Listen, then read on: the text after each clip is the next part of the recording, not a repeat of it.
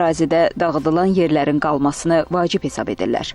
İşğal olunmuş ərazilərimizdə bizim hansısa istər Ağdam, Cəbrayıl, Füzuli, Laçın, Kəlbəcər ərazilərində yəni bax bunların o ərazilərin bir qismini etmək olar. Məsələn, kəndlərin bir neçəsini saxlamaq olar. O indiki formatda qalsınlar. Yəni o gələcəkdə həmin vandallıqları gözlə görmək mümkün olsun.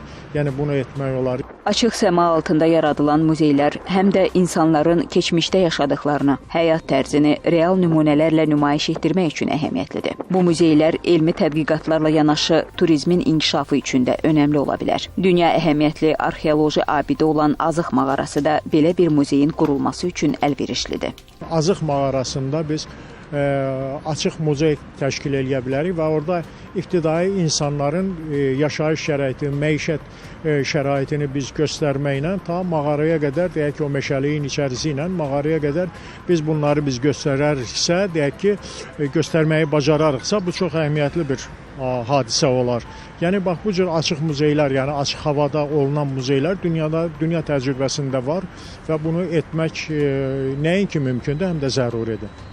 Belə muzeylərin özəlliyi həm də təbii landşafla birbaşa əlaqəli olmasıdır. Açıq səma altında muzeylərin təşkili ideyasının tarixi 18-ci əsrə qədər gedib çıxır. Bu tip muzeylər